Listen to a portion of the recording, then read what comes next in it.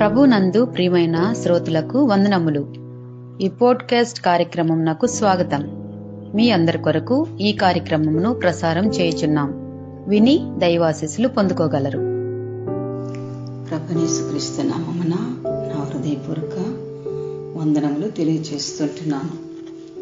నేటి ధ్యాన వాక్యం నిమిత్తమై 1 పేతురు రాసిన పత్రిక 1వ అధ్యాయము 7వ వచనములో ఈ విధంగా వ్రాయబడి ఉంటున్నది.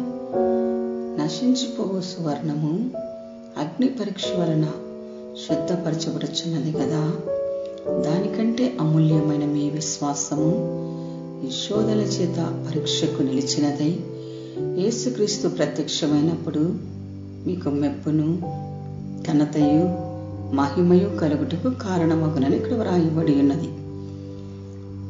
ఇక్కడ నశించిపోవచ్చున్న సువర్ణము అగ్ని పరీక్ష వలన శుద్ధపరచబడుచున్నది.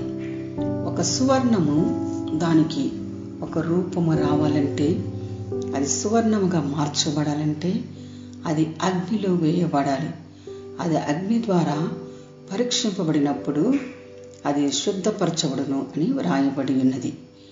ఈనాడు ఇక్కడ ఏం వ్రాయబడి ఉన్నదంటే, మనకు శ్రమ వచ్చినప్పుడు, శోధన వచ్చినప్పుడు మనకు పరీక్ష అన్నమాట. అది మనం శోధనలో వెళుతున్నామంటే అది మనకు ఒక పరీక్షగా ఉంటున్నది. ఇప్పుడు చదువుతున్న పిల్లవాడు స్కూల్కి వెళుతూ ఉంటుంటే మనకేం ప్రయోజనం లేదు. కానీ ఎప్పుడైతే పరీక్ష మనకు వస్తుందో అప్పుడు ఆ పరీక్షలో ఆ బిడ్డ పరీక్ష రాసి పాస్ అయితేనే మరలా ఇంకొక తరగతికి వాడు వెళ్ళగలడు. అదేవిధంగా ఇక్కడ శోధనలు మనము జయించినట్లయితే, ఆ శోధనలో మనం నిలబడినట్లయితే మన పరీక్షకు అక్కడ ఒక ఉన్నతమైన స్థితిలోనికి మనం వెళ్తామన్నమాట. అయితే ఈరోజు శోధన చేత పయనిస్తున్న నీవు, నాకు ఈ శోధన ఎందుకు వచ్చింది, నేను దేవుని నమ్ముకున్నాను కదా, నేను ప్రార్థిస్తున్నాను కదా, దేవుని సన్నిధికి పోతున్నాను కదా, దేవునిలోనే ఉన్నాను కదా, శ్రమ నాకే రావాలనని ఒకవేళ నీవు అనుకోవచ్చు. కాదు, శ్రమ ఎప్పుడైతే వస్తుందో, బాధ ఎప్పుడైతే వస్తుందో, ఎప్పుడైతే నీవు శ్రమలో గుండా పయనిస్తుంటావో నీ జీవితమునకు ఒక మంచి మెరుపు షైన్ అయ్యేదిగా ఉంటున్నదన్నమాట. మనకు శ్రమ వచ్చినప్పుడే మన సాక్షి జీవితం కూడా మనం కలిగి ఉంటాం. ఎందుకంటే శ్రమలో నుంచి ప్రభు మమ్మల్ని ఎలా విడిపించాడు, ఎలా మనల్ని నడిపించాడో, ప్రభు మనల్ని ఎలా ఆదరించాడో తద్వారానే సాక్ష్యం బయటకు వస్తుంది. ఇక్కడ కీర్తన గ్రంథము 119వ అధ్యాయము 67వ వచనంలో ఏమి వ్రాయబడి ఉన్నదంటే, శ్రమ కలగక మునుపు నేను త్రోవ తప్పితిని అని ఇక్కడ వ్రాయబడి ఉన్నది. శ్రమ కలగక ముందు ఆయన త్రోవ తప్పినట్లుగా ఇక్కడ మనం చూస్తుంటున్నాం. ఎవరో దావీదు భక్తుడు. అంటే శ్రమ ఉన్నప్పుడే మనము దేవునిలో చక్కగా ఉండగలం. ఒకవేళ శ్రమ మనకు రాకపోతే, నాకేది తక్కువ లేదు, నాకన్నీ చక్కగానే ఉన్నవి, నాకన్నీ కలిగి ఉన్నాను కాబట్టి నాకు దేవుడు ఎందుకు, నాకు మందిరం ఎందుకు, నాకు ప్రార్థన ఎందుకు అని అనుకోవచ్చును. కానీ దావీదు భక్తులు అందుకే అంటున్నాడు, శ్రమ కలుగక మునుపు నేను త్రోవ తప్పితిని అని చెప్పేసి ఇక్కడ వ్రాయబడి ఉన్నది. అది కీర్తనలు 119:71 కూడా వ్రాయబడి ఉన్నది. శ్రమ నొంది ఇండుట నాకు మేలాయను అన్నాడు. 92లో వ్రాయబడి ఉన్నది. 119:92లో నీ ధర్మశాస్త్రము నాకు సంతోషమి అని ఎడల నా శ్రమ యందు నేను నశించి ఎందునని ఇక్కడ వ్రాయబడి ఉన్నది. అంటే దావీదు భక్తుడు శ్రమ కలిగి ఉండడము ఎంత మంచిదో ఇక్కడ చెప్పుచున్నాడు. శ్రమ నుండి ఇండుట నాకు మేలాయని అన్నాడు.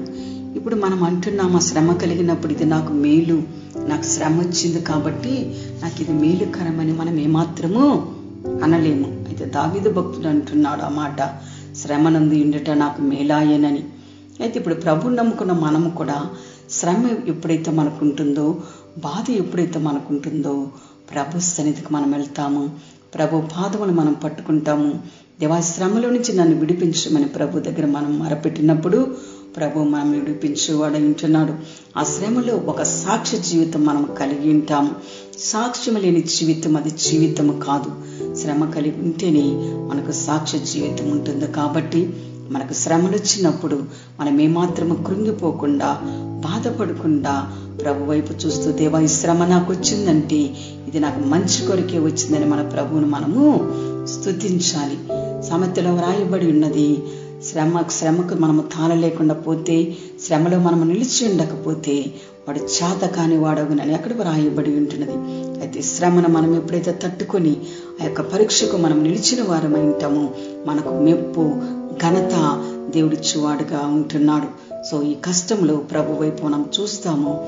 ప్రభు మనం నా కష్టం నుంచి, బాధల నుంచి విడిపించుటకు ఆయన సమర్థుడు. శ్రమ వచ్చినప్పుడు నువ్వేమాత్రం కృంగిపోకుండా, చేతవాడికి కాని వాడివిగా ఉండకుండా ప్రభు చేతికి, ఆ శ్రమ ఏదుందో ప్రభు చేతికి సమర్పించి, ప్రభువా దీన్ని నిలిచినట్టుకు సహాయం చేయని, దీని నుంచి నేను తప్పిపోకుండా కృప చూపించమని ప్రభు దగ్గర ప్రార్థిస్తే ప్రభు మనల్ని విడిపించుటకు సమర్థుడు. దేవుడు అట్టి విధంగా మనం నడిపించిన గాక, దీవించిన గాక. ఆమేన్.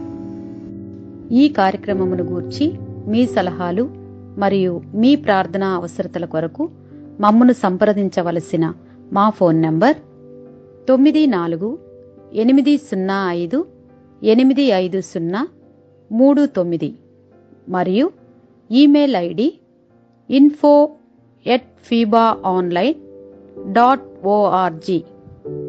మా ఫోన్ నంబర్ మరొకసారి 9480585039. Email ID info@fibaonline.org.